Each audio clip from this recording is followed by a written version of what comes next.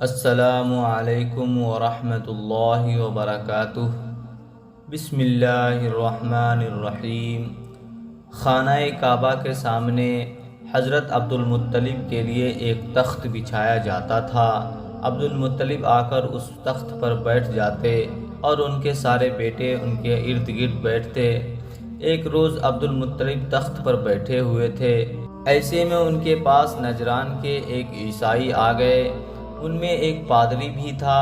اس پادری نے عبد المطلب سے کہا، ہماری کتابوں میں ایک ایسے نبی کی علامات ہیں جو اسماعیل علیہ السلام کی اولاد میں ہونا باقی ہے۔ یہ شہر اس کی جائے پیدائش ہوگا، اس کی یہ نشانیاں ہوں گی۔ ابھی یہ بات ہو رہی تھی کہ کوئی شخص آپ صلی اللہ علیہ وآلہ وسلم کو لے کر وہاں آ پہنچا۔ پادری کی نظر جوں ہی آپ صلی اللہ علیہ وآلہ وسلم پر پڑی، وہ چونک اٹھا۔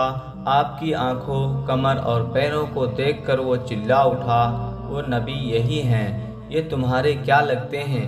عبد المطلب بولے، یہ میرے بیٹے ہیں۔ اس پر وہ پادری بولا، تب یہ وہ نہیں، اس لیے کہ ہماری کتابوں میں لکھا ہے کہ اس کے والد کا انتقال اس کی پیدائش سے پہلے ہو جائے گا۔ یہ سن کر عبد المطلب بولے، یہ دراصل میرا پوتا ہے۔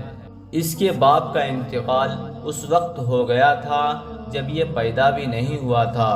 اس پر پادری بولا، ہاں یہ بات ہوئی نا، آپ اس کی پوری طرح حفاظت کریں۔ عبد المطلب کی آپ سے محبت کا یہ عالم تھا کہ کھانا کھانے بیٹھتے تو کہتے، میرے بیٹے کو لے آؤ۔ آپ تشریف لاتے تو عبد المطلب آپ کو اپنے پاس بٹھاتے، آپ کو اپنے ساتھ کھلاتے۔ قبیلہ لہب کا ایک شخص فال نکالا کرتا تھا۔ جب وہ مکے میں آتا تو قریشی لوگ اپنے لڑکوں کو اس کے پاس لے جاتے تھے، وہ انہیں دیکھ کر ان کی فال نکال دیتا تھا۔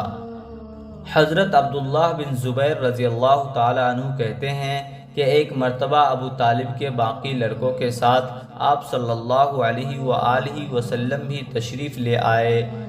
اس فال کو نکالنے والے نے ایک نظر سے آپ کو دیکھا، پھر اپنے کام میں مصروف ہو گیا۔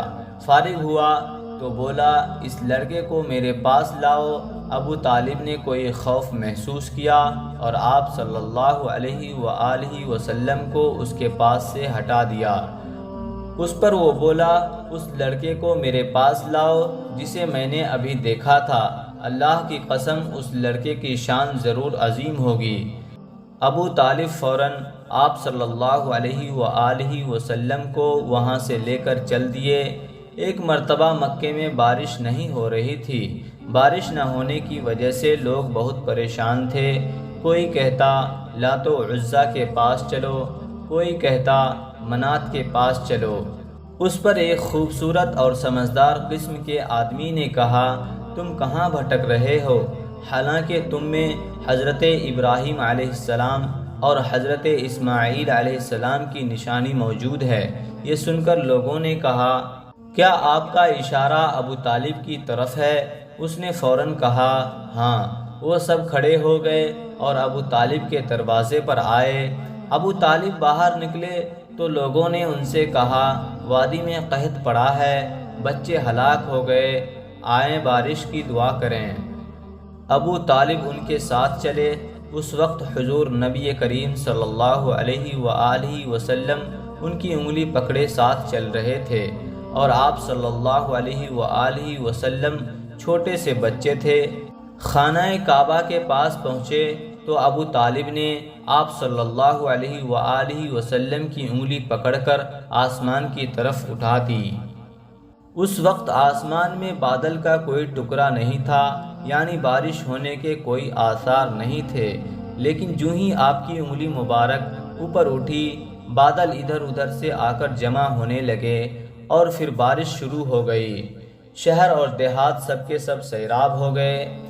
نبوت کے اعلان کے بعد جب قریش آپ کو ستانے لگے تو ایک مرتبہ ابو طالب نے ان سب سے اشعار کی صورت میں یہ بات بھی کہی، تم انہیں ستاتے ہو، یہ تو روشن چہرے والے ہیں، ان کے چہرے کا واسطہ دے کر تو بارش طلب کی جاتی ہے، یہ تو یتیموں کے فریاد رس ہیں، بیواؤں کے محافظ ہیں، آل ہاشم کے ضرورت مند انہی کا دامن پکڑتے ہیں اور ایسا کرنے کی وجہ سے نعمتیں اور عزت پاتے ہیں۔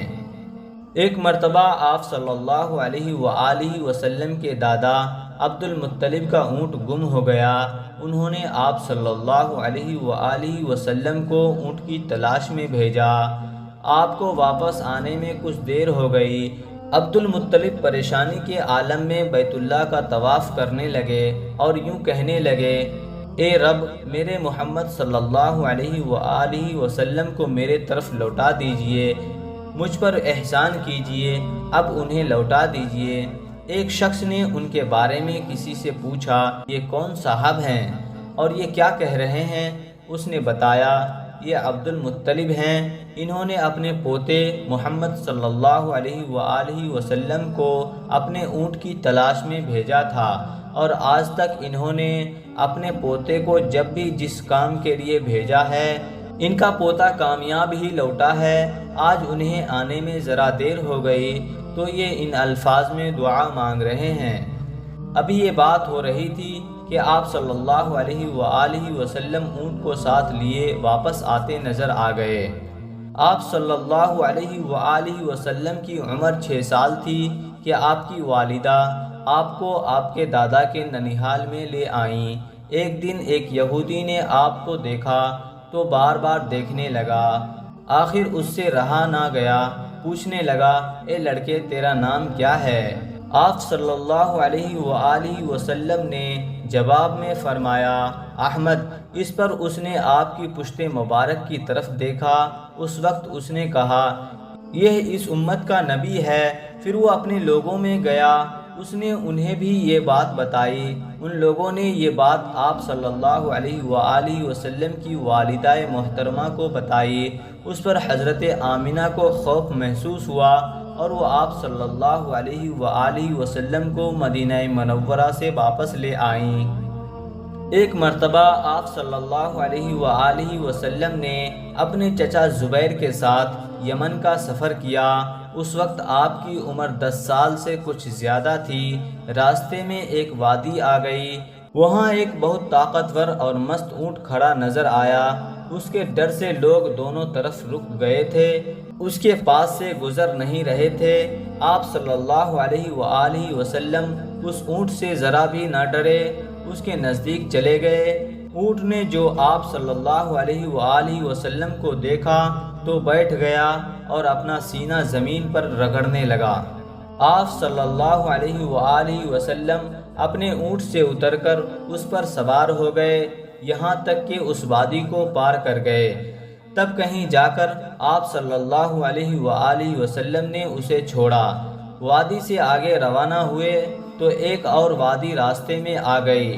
وہ پانی سے بھری ہوئی تھی اور پانی پورے زور شور سے بہہ رہا تھا۔ اس پانی کی وجہ سے لوگ رکے ہوئے تھے۔ یہ دیکھ کر آپ صلی اللہ علیہ وآلہ وسلم نے فرمایا، میرے پیچھے آؤ۔ یہ کہہ کر آپ صلی اللہ علیہ وآلہ وسلم اس وادی میں داخل ہو گئے۔